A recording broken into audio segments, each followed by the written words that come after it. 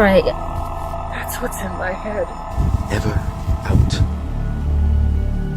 Quite a physical, demanding film. A lot of us do wear masks in our everyday life. If I could be someone else, would I do it?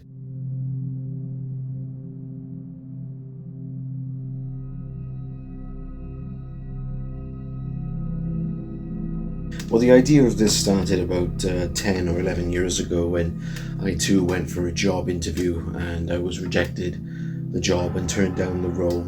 I can't offer you the job. Not this time. And that experience really left me in a really bad place. I started to doubt myself and my abilities. And I also kind of felt like it was a personal attack on me. So I started to ask myself that philosophical question: if I could be someone else, would I do it? You have simply sat in the dark, watching others live out their lives, wishing you were someone else. Do I wish to be someone else? And I always knew at that point, even 10 years ago, that I really wanted to write a story like this. I really wanted to invest in this idea, this storyline of someone wishing they were someone else. Well, about 10 years later, when I started to get into filmmaking, I started to ask myself the question, okay, how would I go about making this kind of film based on this theme of wishing to be someone else?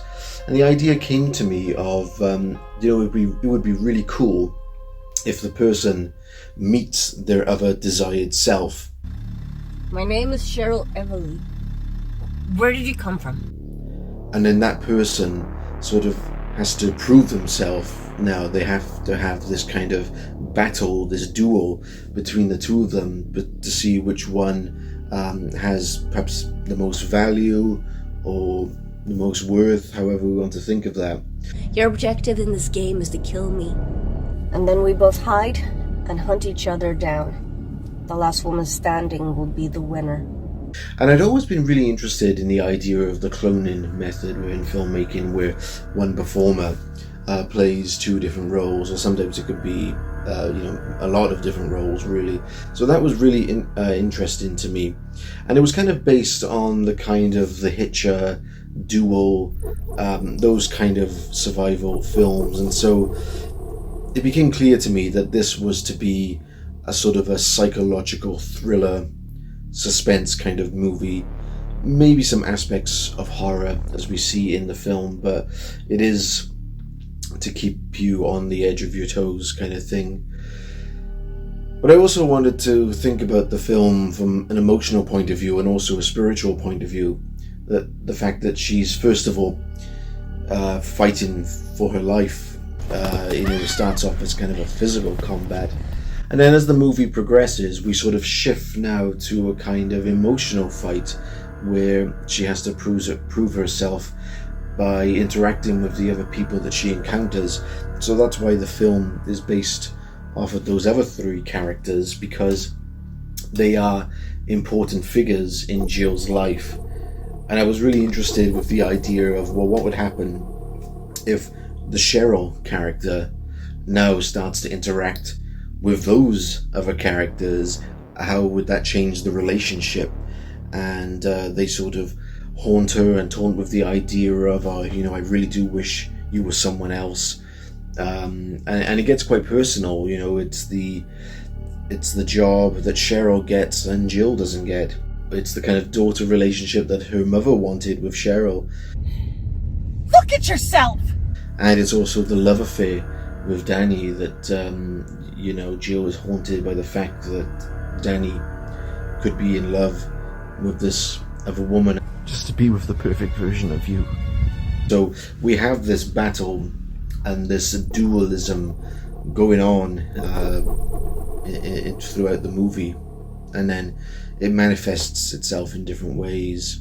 Something else that was very interesting to me was indeed the religious aspect, and the quote at the beginning of the film is taken from Zoroastrianism, which is an ancient Middle Eastern religion based on a one God belief.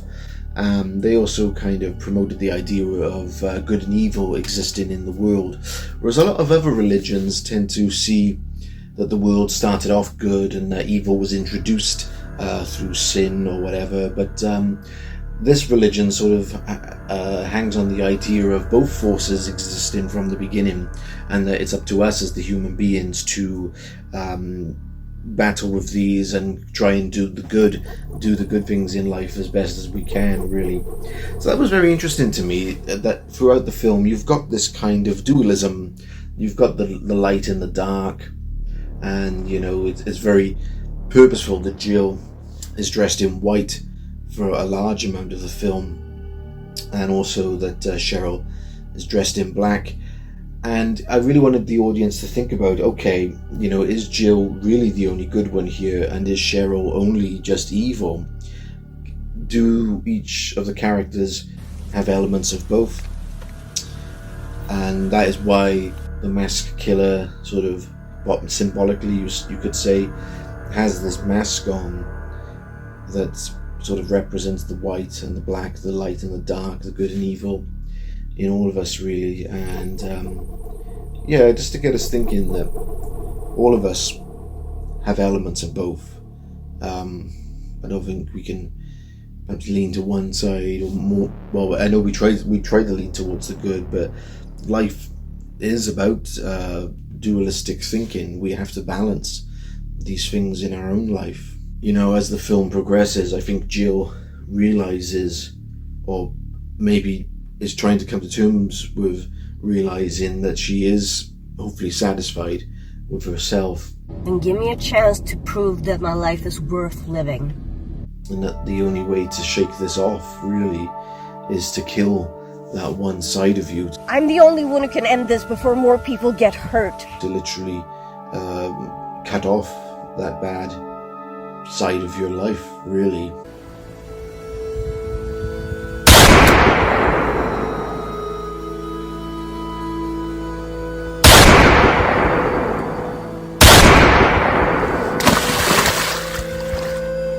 And the very fact that Cheryl falls into the water is kind of that imagery of baptism and christening, cleanliness, washing it away kind of thing. And then of course we're also posed another question at the end when Cheryl puts the mask on herself. I think one, you know, was the mask killer real? Did this happen in real time?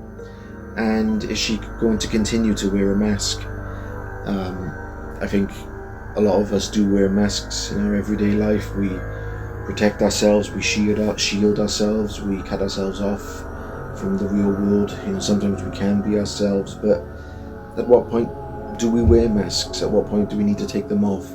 At what point should we not use them at all? But then again, these are defense mechanisms, and I think we all wrestle with this. We all have masks. We wear a lot of them, different kinds of masks sometimes.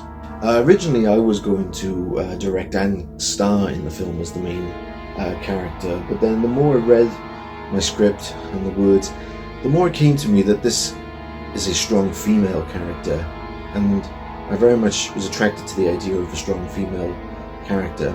And so I know Anne Charlotte quite well. We used to work in the same theatre company, not at the same time, but in different times. And she loved the script when she read it. It went through a couple of changes along the way, but for the vast majority of it, what you see is what was in the script, and she absolutely loved it. So she flew over to Wales from Sweden. We shot in the middle of October, so come autumn, and it was pretty cold out there in the mountains at night and a lot of rain. And of course then post-production carried on into the winter, and so I had to keep on going back out there and getting these shots in the freezing cold. And so yeah, it was quite a physical, demanding film.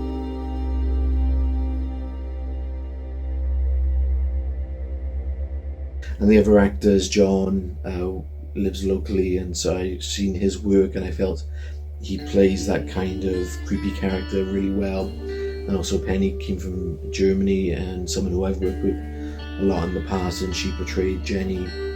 And of course my part was still in the movie as Danny. Filming wise, it was also very demanding to do the cloning shots, because obviously Anne Charlotte had to perform as one character, maybe Jill.